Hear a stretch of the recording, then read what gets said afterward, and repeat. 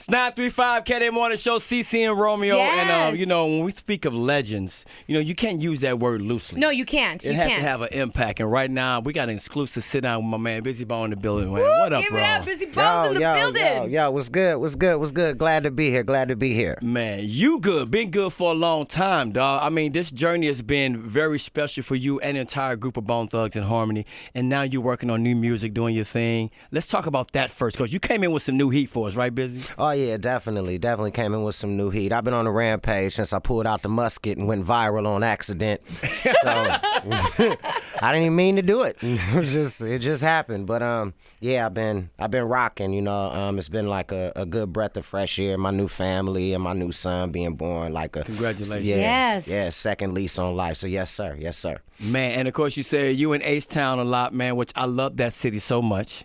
Hot. Yeah, it's hot. Hot as Hot hell. and humid over there, okay? But it's hot on the West Coast right now, Yes. too. It's a little drier though. I'm mostly a West Coast dude, since Yeah. Eazy-E and all that. Yeah, definitely though, for sure. Speaking of Eazy, let's go back to it because, I know y'all from Cleveland originally, man, but y'all are a West Coast group to us. Yeah, definitely. You know what I'm saying? When Eazy had y'all put your name on that dotted line, that said a lot. What was that moment like?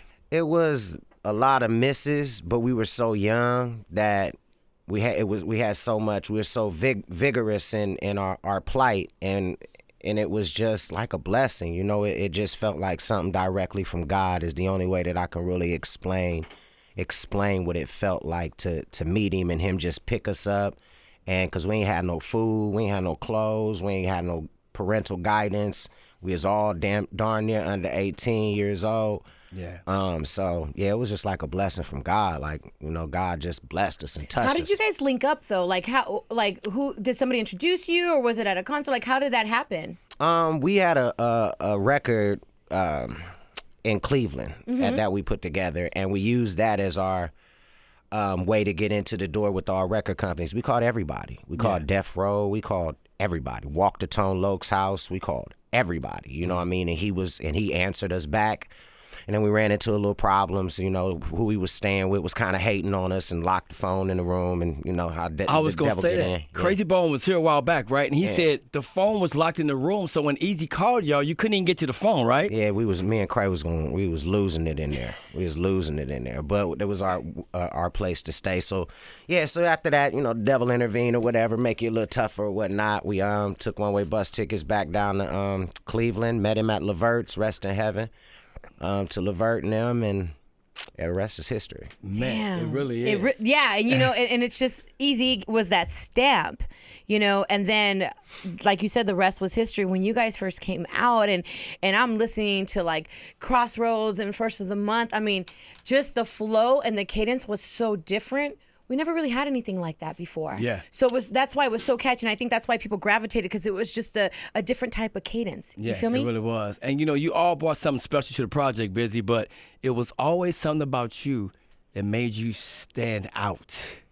I think it probably was my voice. I think because my voice is a little higher note than everybody else's. I think that's what I had, that tenor, that soprano tenor voice that kind of completed everybody else's their vocal range, and I think that's what stood out, plus the youngest member as well. I'm the whitest thing in the room.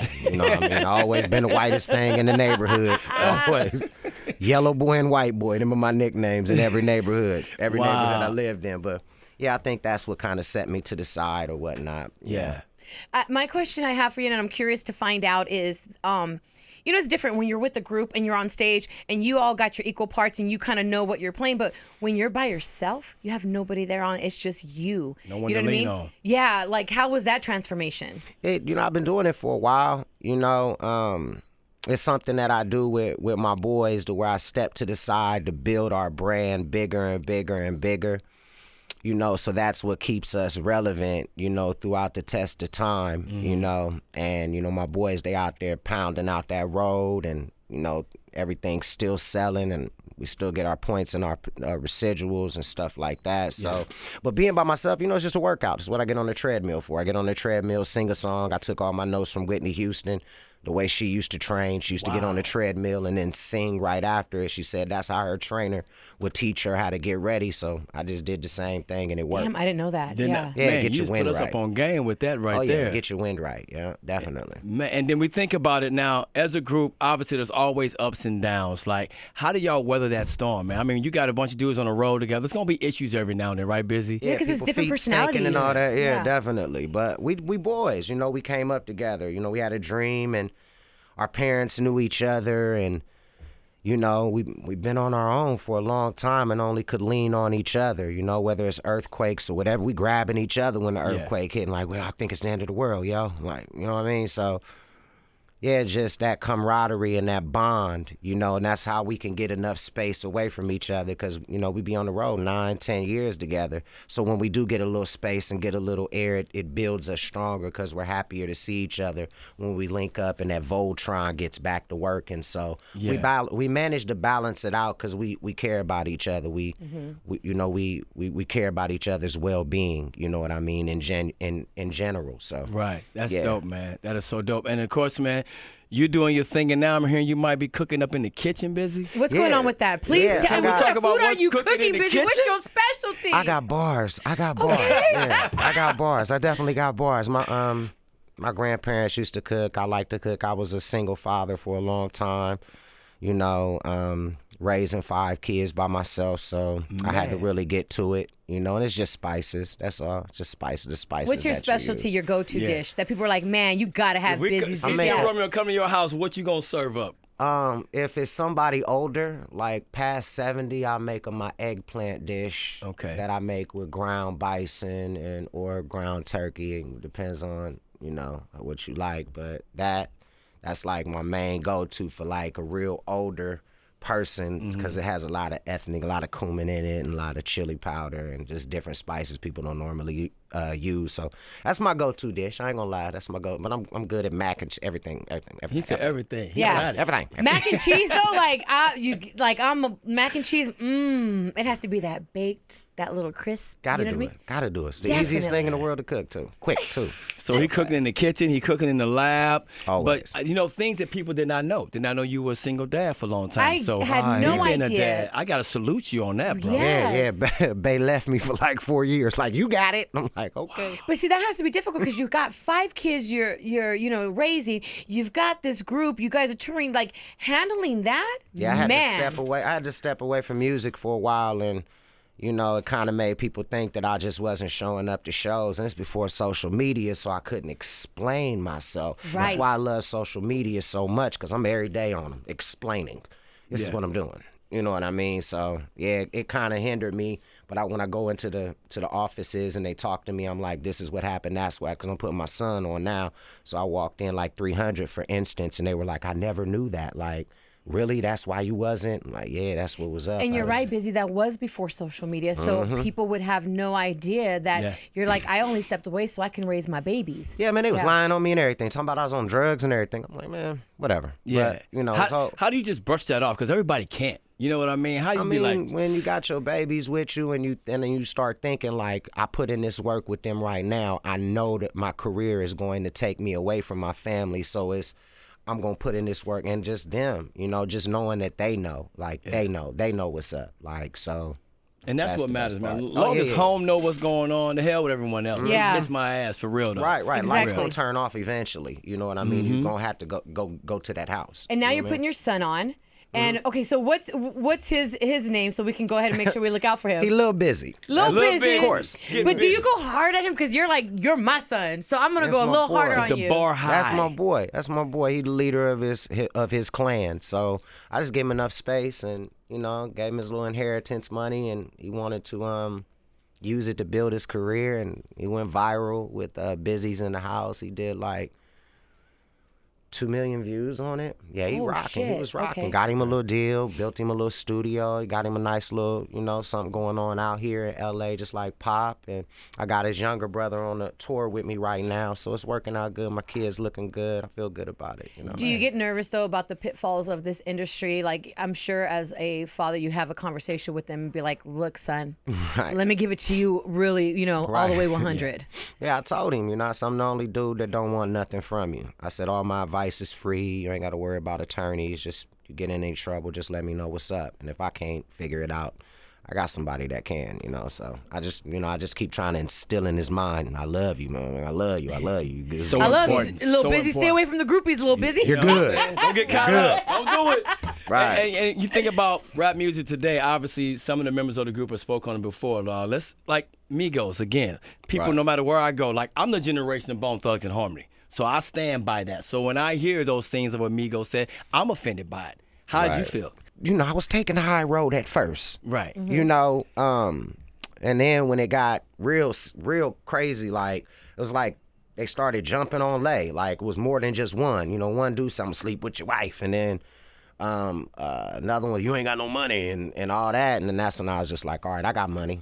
What's up?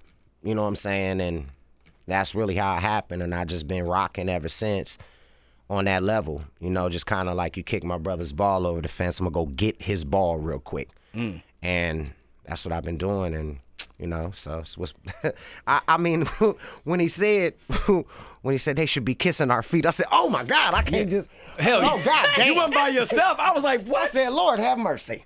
But you know, I can dig it. You know, swag is good. The new generation is good. If you know, it's keeping music alive. So I take all of those things into consideration. And you know, you still want to push the youth and still push them towards the future and you know, push them up there, keep pushing them, no matter what, you know, no matter what the turmoil is. It's like with me and my boys, we go through it. We go in the back room and get it on, and you know, we go get some drinks later on. You know, I hit you good right there, didn't I, Blair? You know what I mean? I also think sometimes too you can't take it so seriously, like when he says you should be kissing our feet, because I think too a lot of the new generation, they do it for the clout. For you know what I mean? shock So they're value, saying, stuff like that, they're doing it for shock value almost, just to go ahead and get people talking and to shake up the industry. Yeah, I believe that as well, you know, and you don't want to knock nobody hustle at the end of the day. When they got a new single, I always know when a new single finna come out, because somebody's going purse shopping. So I know that as soon as they go purse shopping, it's finna be a new single come out. It's finna be dope. Shit finna be banging. He's got a new purse. You know what I'm saying? So I get it. You know what I mean? It's shock value and coming up and, you know, changing things, changing the face of music and marketing and promotion. So I get it. You know what I mean? That's dope, man. You know, I got a amazing story. Back about 2000, 2001, I just started Power 106. We were doing this event at Florentine Gardens. Now, the owner was a little skeptical about having hip-hop artists there, right? Right. Bone Thugs and Harmony come on Thursday night. The Edge, E-Man hooked it up. DJ Vice is there. Goodfellas, we in there. The line is a mile long from the building. He shuts it down. I'm standing in the middle of the street, crazy, busy. Cause we can't get in the building. He won't have the show, right? Oh. So that alone let me know where they were and what their status was all about. Bizzy, what moment did it happen for you where you were like, shit, okay, we're on a different level now? Was it a certain city, a certain country you were in? When did you know? It was when Eazy-E opened up his fan base, because, you know, Eazy-E had a solid fan base. Arizona, definitely L.A. When he opened it up and we, like, seen people screaming for us before our record even came out, it was just like, that's when I knew. Like, Arizona, like here, when we were here, and then Arizona and New Mexico, Arizona, that whole vibe, that's when I'm like, oh, it's on. Yeah, like, so you knew. Whoa, like, yeah, this is real. This is real. It was before he died, we got enough time to kick it with him, and it was really, that's when I knew. What's the one thing you can tell our listeners right now that are listening, you can share about Eazy-E that maybe not too many people know about? Because you knew him personally. You got those special, intimate moments with him. He helped me take care of he helped me take care of my kids. Like, because we were all out here in LA and we was just doing it big, smoking big weed, drinking, partying. And I pulled him to the side. I'm like, I gotta go. And he was like, what's wrong? I was like, I got kids. He was like, man, you got kids? I'm like, I said, yeah, I got 3 kids? Man, you got 3 kids? And then he gave me some money. And he was just like, look, go do this. Go take care of your kids. Go put them together and get back here as soon as you can. So people don't know that. Yeah, this was before he died, too. You know what I mean? Passed away, pardon me. Yeah, so I was able to, like, talk to him, and him and me, you know what I mean, we used to talk. I used to ask him all the time about all the girls he was sleeping with. I'm like, do you use condoms? It's like, man, I don't need no condoms. And, you know, so I've had close encounters with E, you know, that I just keep close to me, like inside of me, you know what I'm saying? Like, you know what I mean? I ain't gonna never forget that guy. You know what I mean? It's my guy. And to add to that story, when Crazy Bone was here, he was saying, I did not know Eazy was the one doing all the pictures. When y'all were jumping off the roof of the album cover, like he was hands-on, like, oh, wow. from the jump. So much stuff that he was doing, video games and movies, and he was doing the NWA movie before he did holler at Ice Cube a long time. And he stayed like I knew Lady of Rage, so many Death Row artists. It was always closer than what people would actually think. Like Jewel, she sang For the Love of Money. Yeah. You know what I mean? So it was always real close. But yeah, definitely. Got me reminiscing real quick. I know. Let me get some water. What was that one song? Because I always wonder what happened to her. All I know is it was like, and Tasha. She doing her thing. What happened to Tasha? She got, I think she got blessed or something. Like, she got blessed or not an ordained minister. I think she in the church. Wow. She in the church. She went spiritual. She was in the church now. So, you know, I'd love to see. I seen her a couple of times through transitions, but. You know, we a traveling band. Yeah, you are. are. You know what I mean? Bone been on the road for 9-10 years, so she's still out there. She's still alive. Yeah, shout out to Tasha. Shout out to Tasha. Yes, you did. Bless, honey. Absolutely. Can we talk about your new vlog? Yeah, of course. Jam TV. Talk about it, because you got some new episodes on your vlog. Now, what is the whole idea of your vlog? What do you focus on? I mean, well, you know, Bae had a baby, and, you know, she an architect, and she was doing like so good, like across the Red Sea and building and things of that nature. So, you know, I said, I think you should like raise our son. Like, you need to take some time off. You need to raise our son. I'm gonna be grinding or whatever. So saying all of that, she was like, I gotta do something. I'm like, okay, cool. You know, what do you got in mind? And then she brought up the vlog, and then it started, you know, she started showing me this one and that one and the Ace family and this one and that one. Oh, they're big, the Ace family? Right, she was just showing me all of this stuff, and she was just like, we just got to be normal. We ain't got to really do anything. You like to cook, you know, you should put your music out through this. We'll be getting paid. She showed me the monetizing thing. She real on her stuff. You know what I mean? Yeah, definitely. She no skirt about it. She straight jeans on them. Okay. And that's how I materialized, and I'm able to showcase my cooking and my second lease on life, my son, my parenthood thing that I'm doing, and things of that nature. And it just brightened up my life, you know what I mean? She does the editing and everything. She the brains behind the operation, and I just got to show up, you know? Yeah, and just basically, it's just really about your life, and which is, I think, is like people are going to try to go watch it anyways, because people always want a sneak peek. They intrigued. I want to know what you're like at home. You know what I'm saying? With just the TV on and you're chilling, like, that. I like that. Yeah, we talk and we close, and it's like a couples thing where people, if you're in a relationship, every time I'm on the road and I see people with their old ladies or women with their men, I tell them you tune into that, just date night and everything, you know, just being close, talking, you know, in love, stuff like that, you know. Yeah, oh, that's beautiful. I'm definitely going to be watching that. Now, when I'm at home, me and my queen and my kid, we love to watch Stranger Things. Yeah, you do. Cannot wait for Power to come back. Like, what's something you and your family love to watch at home? All kind of stuff. My girl is a movie buff, so she likes scary movies a lot. You know what I mean? I'm a Netflix dude, so I'm a Netflix and chill. And then I'm a night owl because of my hours. So, you know, when the baby go to sleep, she in there, you know, I creep in every now and then, give her some loving and stuff, and then As come you out, should, watch right. Netflix and stuff. So my hours, I'm looking over the house, you know, smoking weed, looking at the house, making sure no one is breaking in. For reals?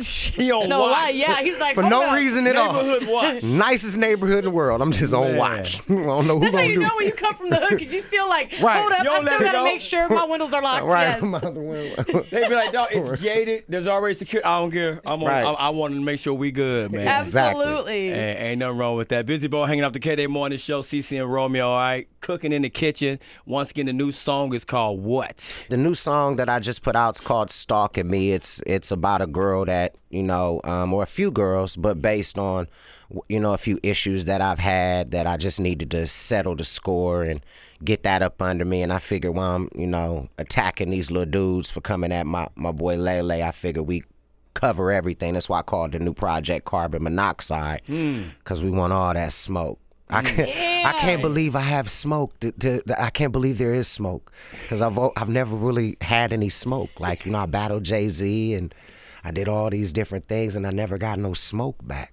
You know, so I got some smoke. I'm like, oh yes, this is gonna be nice. I love cooking. I like to cook. He's like, I welcome this. You know, bring Satch all one? the smoke. Keep the same Satch energy. one? Yes. Yeah, I'm in. But yeah, that's what the project's about. And then it's much more. It's artistry. It's me, you know, production and what I manifested myself to be as an artist. So the whole record is amazing. My production team, my company, my boy Blaze. He did such a great job. I got my son YBL Sinatra, Bone Bone, that's on there too. So, and then my niece Ajane, so she's for the youngsters. She does her little singing thing, new wave. Got the little tune on it. She could sing, flat out sing, dope. but you know, she's part of the new generation. So she moving. So Romeo could sing. Huh? Romeo could sing. That's what's up. Yeah. We need to get in the lab one day. I would love to do that. I would be blessed to do a hook for you, be man. a blessing, man. Be a blessing. I'll fly to H-Town for that too. Yeah. You know what I'm saying? For real. And this dude right here makes hella tracks, Mars. That's what's up. Your next production is right here in studio. I'm ready. I'm doing 3 songs I'll be there, but a I day. could just be the hype woman. Hey. Crazy. So you're knocking off 3 a day? Yeah, I try to get in like 3 songs a day. I learned that from Tupac though, and I never stopped. You know what I mean?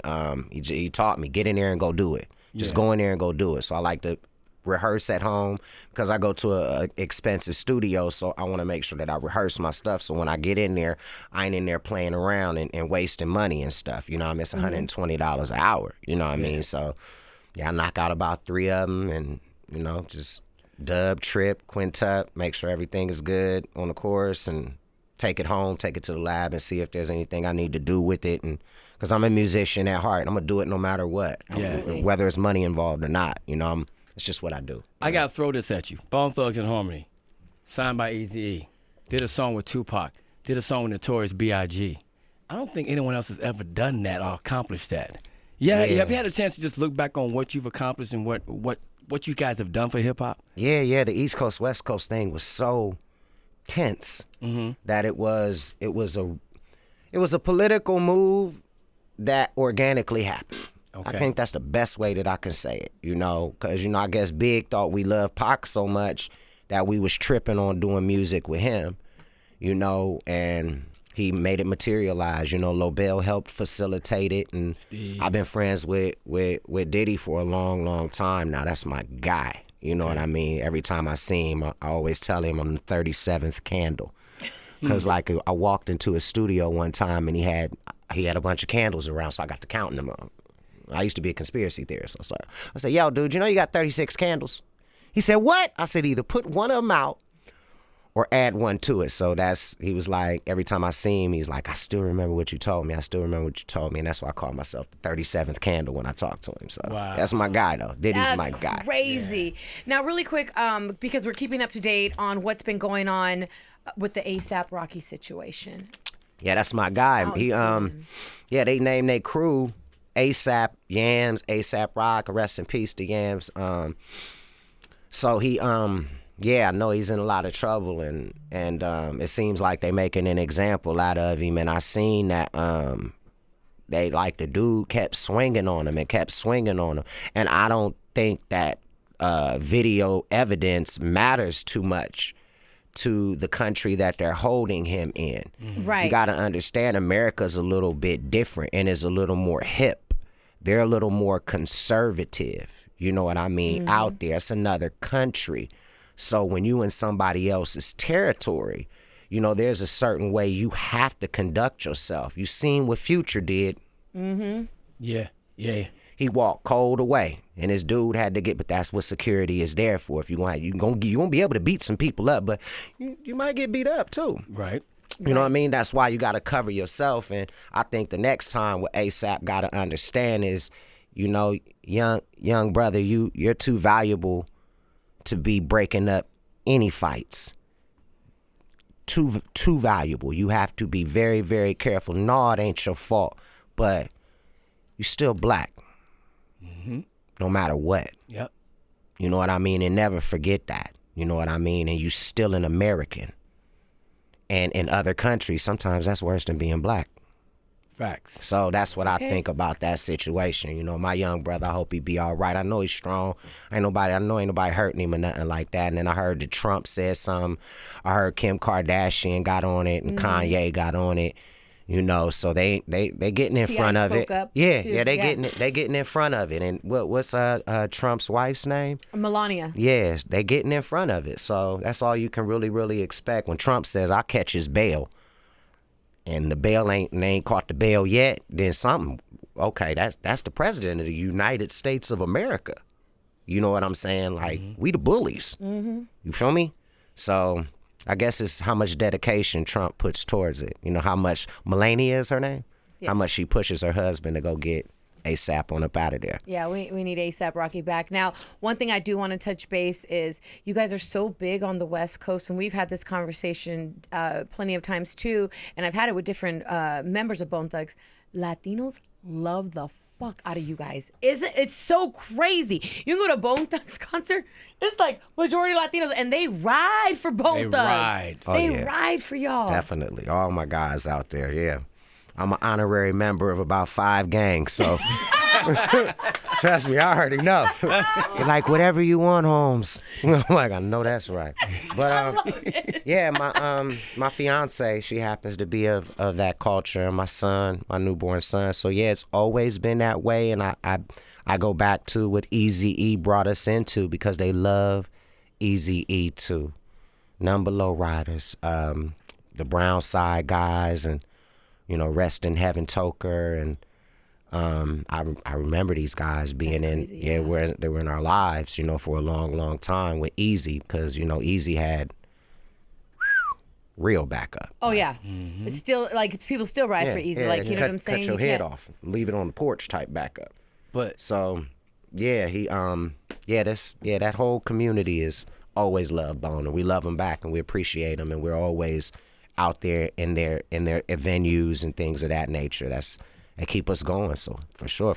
Oh, it's a trip. Every time you talk about Eazy, your whole energy just goes. You know, I mean, you can tell you miss that dude. How much he meant to you. I loved him. I loved him a lot. Never would do anything, whether he in his grave or not, to hurt him or betray him or any of that. I loved Eazy. You know, the one thing that I loved from watching Straight Outta Compton was that I've grew up. You know what I mean. I grew up here, so I grew up with NWA, Pac, Dre, Ice Cube, the Ohio Players, Shaka Khan. Like, that was our music.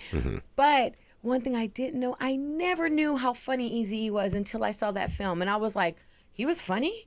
Like, I didn't even catch that. Yeah. But he was actually a funny guy that just had this really cool personality. That's how he got all those girls. He had a great sense of humor. He had a great personality, and he could take one on the chin, and he could give one too. So he was all that. He was all that, you know. What's so crazy about it is every girl that he's ever messed with, none of them have tested positive. So it's still mysterious of what happened. I like my boy from La Raza, Kid Frost. Kid Frost. I like what he said about the acupuncturist. So I mentioned that on my new record. I put out a snippet of something on the record called What Eazy Said, and on my YouTube channel, and I said the same thing. You know what I mean? So. And you know who he said that to? Who? Me. Nice. I did a documentary called Latinos in Hip Hop, and I interviewed Kid Frost. Okay. And he told me that Eazy-E caught AIDS from acupuncture. We did, you know, but that's what he had shared to us. That's how needles, he was like, this is how he caught it, and he goes on and saying it on film, like this is how he caught AIDS, and I was like, what? So I mean, this is what Kid Frost was telling us, but yeah, he told us in the documentary. Yeah, it makes sense. It had to come from somewhere because nobody has it. None of his kids. Tamika's clean. Big shout out to Tamika from Ruthless Records. You know what I'm saying? So yeah, everybody seems to be just fine. I was just with his son. Speaking of Eazy's kids, you know, his daughter Remarkable is on Growing Up Hip Hop right now. So Remarkable is really trying to take off in her career, and that's Eazy's daughter. And that got me thinking: Would you allow your child to come on something like Growing Hip Hop? Because Jermaine Dupri's daughter's on it. DJ Hurricane's daughter's on it. I was about to. I actually was in the talks with doing some stuff for the Oprah Winfrey show, but I ain't trying to throw nobody under the bus. It was just trying to bring too much drama to it. You know what I mean? Like they were like searching a little too much during the interviews. And then my schedule wasn't permitting it, but it just didn't seem like it was a good look for me to cancel anything if I'm making 15, 20 stacks during those 4 or 5 days you want to film. You know, I'm a businessman. You know what I'm saying? So. And I've seen sometimes, like the reality shows, when they conduct the interviews or they send in, sometimes the questions are more tabloid questions. You know what I mean? Something that the tabloid would ask. So the I definitely same thing like with Irv and them just went through some stuff out there. Irv and Ja Rule, they got set up. You know what I mean? Just to bring the drama. Some girl got to talking crazy on stage or whatnot, and it was like, yo, they set you up, yo. So, but yeah, I wouldn't mind if it was the ideal situation, which is why I opened up my YouTube channel, because I edit all that. That's right. I'm making mine look as good as I possibly can, because image ain't everything, but it is in social media. Yeah. So we putting on the skin smoother and everything else. Yeah. The filter, the skin right now. smoother, I love it. That. That's called the Paris filter, just so you guys know. Yeah. Auto-tune and skin smoother. Okay, I love it. Bizzy putting us up on game. Yes, he is, man. Thank you so much for stopping by. One question before you dip, though, is I really want you to speak directly to our listeners and speak to them on the importance of K-Day and what this station means to the culture of hip-hop. I mean, you know, the importance of K-Day is it's a West Coast staple. You know, it's a statue of the West Coast that can't die. And it's been around since before me, you know, so I can't stress enough the importance. And with radio going in the direction that it's going in right now and everything is becoming visual and viral and everything of that nature, my only hope is that K-Day is able to surpass technology and continue to bring us great music, great interviews, great people, and, you know, first and foremost, great energy. So yeah, it's up there. It's definitely up there. Thank you so much. I Bizzy appreciate Bone. that. Yes. Loving that. In the studios, K-Day, baby, come on.